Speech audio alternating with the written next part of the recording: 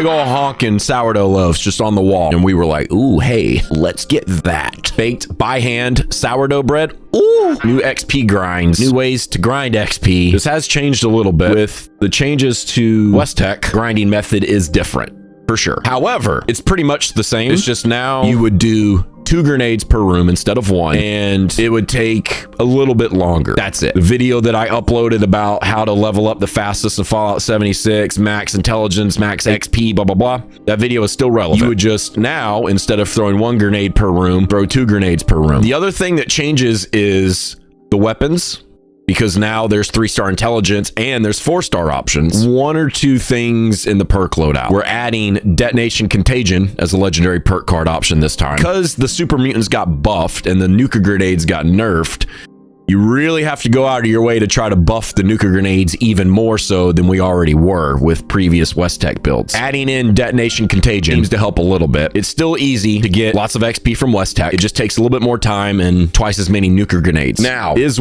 Tek still possible after the super mutant buffs and after the Nuka grenade nerfs to still use only 1 grenade per room? We're going to test that. We're also going to test expeditions. Might be that expeditions are now a much more viable option for XP than they used to be, potentially on par with Tek. And also the raids are also a good option to grind XP. If you wanted to get max experience out of it, you would need to have 3 other people that know what the hell they're doing carry you through it pretty much, because not only being bloodied, but also being outside of power armor and in a Tek loadout, you're just going to be dying left and right. You can die and just hang out and spectate and maybe give some pointers on the side, but you're just not gonna be able to do anything. Let's go ahead and get that intelligence. Boom, there it is, 83. And that's only with 2 people on the casual team. This is one of the 2 weapons. With the addition of 3-star intelligence and 4-star mods, this is the new one now. Instigating and heavy hitters. We just power attack the first 6 enemies in the side rooms. The idea behind this is to try to kill them as quickly as possible. You don't have to get in and out of vats, even since it's a melee weapon. You don't have to worry about ammo. You don't have to worry about reloading.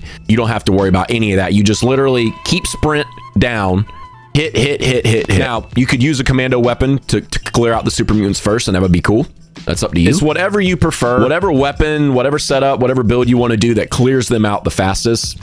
I just prefer to do it this way. Bullies is when attacking outside of vats, deal 50% bonus wick point damage. So this is just to help to clear all of these, like this guy right here. And then the shocking blade instead of the poison or fire blade, because we're not going to sit around and wait for the dot. We want them dead immediately. Ew, Tek. Glitter farts are also ooh. So hey, truce. The next Tek weapon, this is when we throw the grenades. Some of these are still the same. Instigating is still the same. Armor piercing receiver is still the same. What's different is plus 50% limb damage, plus 3 intelligence, which makes sense. And mainly fracturers. When crippling limbs, they explode and deal up to 50 explosion damage to nearby targets. If you combine this with added limb damage, you're going to be doing a lot of damage to them. You're going to be doing extra limb damage, and you're going to be crippling limbs, causing them to explode and deal more explosive damage. This might be one of the reasons why it's still possible to do 1 grenade per room. We're going to try a leader bobblehead for now. If it seems like we're not getting that many 1 grenade situations in these rooms, we'll switch to an explosive and see if that helps. We might not have a magazine at the moment that will help us with the grenades. I was running the magazine that does 15% extra damage against super mutants, and that might have been a big help, which was what? Astoundingly Awesome Tales 2? Lunch boxes 4 times. This one is very important. This is the biggest needle mover in this whole thing.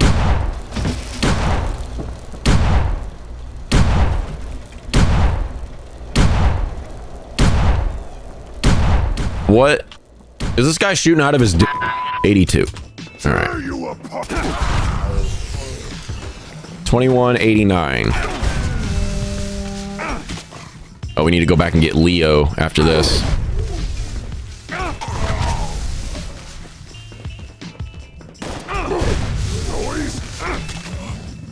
All right, so what you do here is you throw your 1 grenade,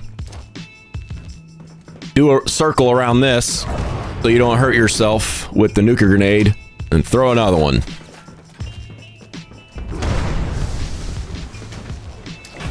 And then you throw your grenade here, run away out by this, run back in. Having these mods on this weapon still seems to help. At the very least, this helps to do consistently a little bit more damage, so that way the Nuka grenades themselves are a little bit more consistent. If we didn't have detonation contagion and we weren't running those rolls on this West Tek Elder's Mark, then it would probably be the first grenade might not even kill any of them. And then the second grenade would wipe the rest of them out. With this setup, the first grenade actually kills a decent amount of them. All right, now it's 2243.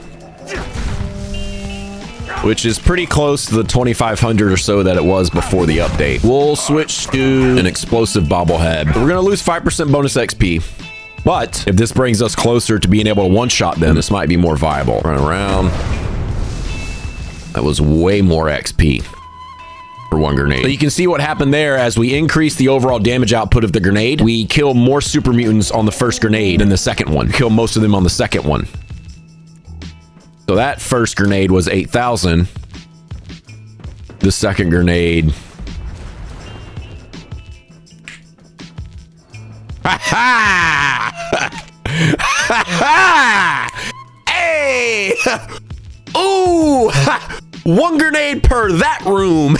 Hey! Now, granted, 2 of them walked out before we threw that grenade, but there are no more super mutants left in this grenade, and that was one. Can we do that in any other rooms? That is the question. Yeah, explosion size, 30% increase. So Tesla 3 gives us 30% explosion size, and we're also running explosive bobblehead, which gives us 30% extra explosive damage. All right.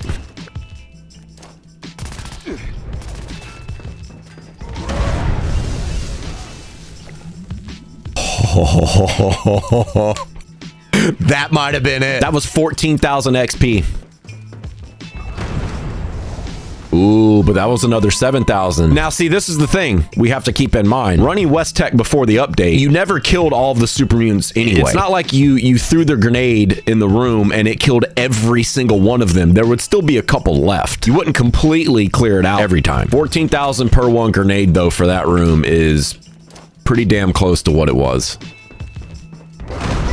19,000 for one grenade. You could throw a second grenade here, but oh shit.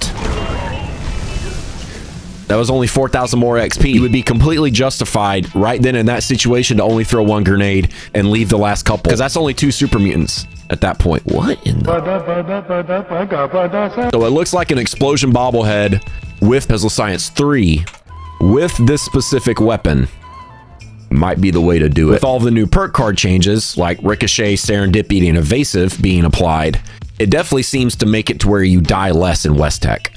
And this is without any 4 stars on the West Tek armor. Well, we always had Serendipity and Ricochet on, but those are different now. But we added Evasive. So it could just be now that all this is working a little bit better. But also with things like Thirst Quencher, Iron Stomach, Starch Genes, or Life Giver is also helping. Life Giver is better, definitely, after the update than it was before the update, because it's a lot easier to get more health now. So Life Giver is probably giving us more overall health now than it was before the update. All right, let's see what we can do here. 10,000, 8,000. Okay, so that one took 2 this time. Now, if we were getting 16,000 for the first grenade and then only 2,000 for the second one, boom, there it happened again. And that was without any of the mobs actually leaving their area right here and walking this way. All of the mobs in this room were still in there. All of them are now dead. That was one grenade. You saw it on stream right here. Everybody's saying 2 grenades. Partially true, but sometimes you can still manage it with 1 grenade. Let it be known. 10,000. So all these guys are dead. We'll check again.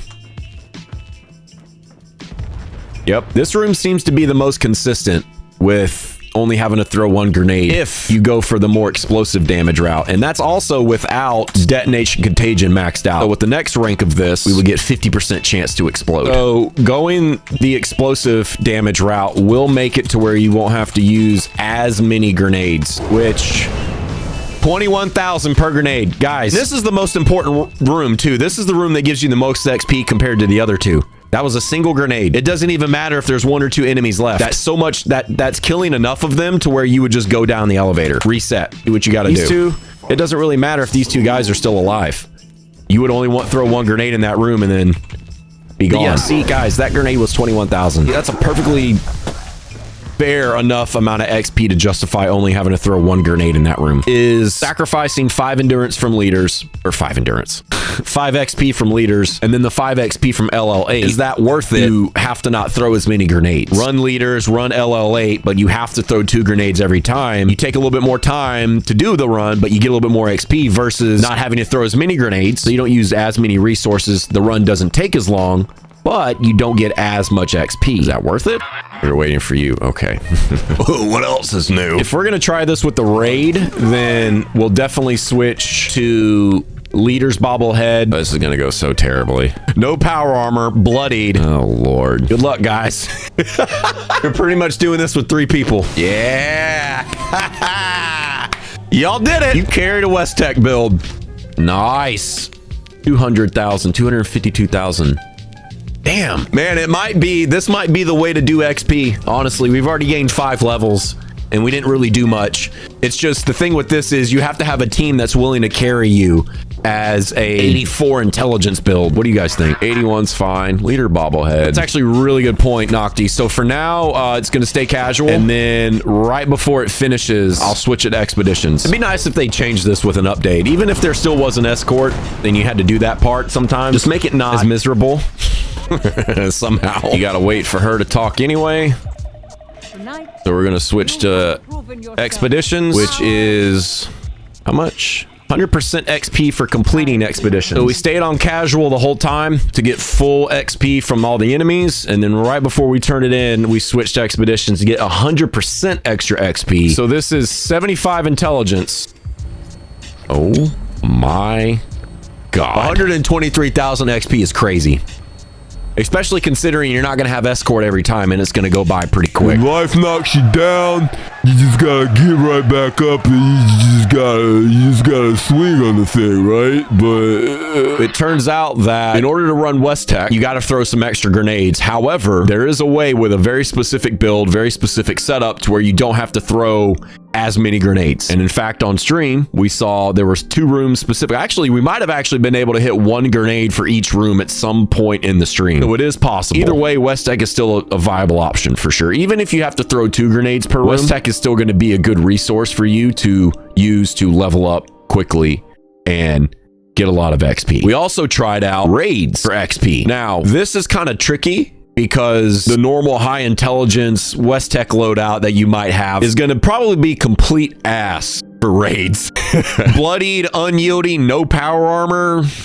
You're not doing much damage. You're not really helping anybody out that much. If you're going to go into a raid for XP, you're pretty much going to have to find a team that's willing to carry you and also that can carry you. That's going to be the big stipulation there. But you do have a team that's willing to carry you, knowing that everybody knows that you're trying to work on XP and they can pretty much pull you through it. I mean, there are some situations where you can still help, like the drill section, you can still do a lot of work, and the crystal section, you can still help for sure. But there's a much higher chance of you going down than everybody else typically. But if the team's cool with that and you can find 3 other people that are good at running raids and they're willing to take you along with them, the raids might be a better option than West Tek, because we were seeing on stream 252,000 XP. On top of that, now there's expeditions. So you would take your same exact West Tek loadout, high intelligence, all the XP buffs, and just run expeditions. And that's great because those are a hell of a lot easier than raids. If you got a couple people on your team that are really good at running expeditions and you can just bust them out every 5 minutes or so, you can do 2 or 3 West Teks in the time of 1 expedition. On average, it would probably just be easier to run expeditions because you also wouldn't have to use Nuka grenades. Expeditions are an incredibly viable option now after the update to run an XP and a very good alternative to West Tek. Maybe even better. You also get hell of a lot better rewards from raids. So more rewards, still a lot of XP, but not as much. Expeditions, more XP. The rewards are kind of whatever. West Tek, you can run through them very quickly, back to back, but it requires Nuka grenades. The point is, you have a lot of options now, for sure, and that's what's cool about this update. Best way to farm XP is not just West Tek anymore. It's raids also. It's expeditions also. We're going to wrap it up. If you haven't already, please hit that subscribe button. Like the video, dislike it, who cares? I stream every Sunday at 6 p.m. Eastern as of right now. Looking to start streaming every Thursday at 6 p.m. Eastern, but a different game than Fallout. Be there or be ripped and teared.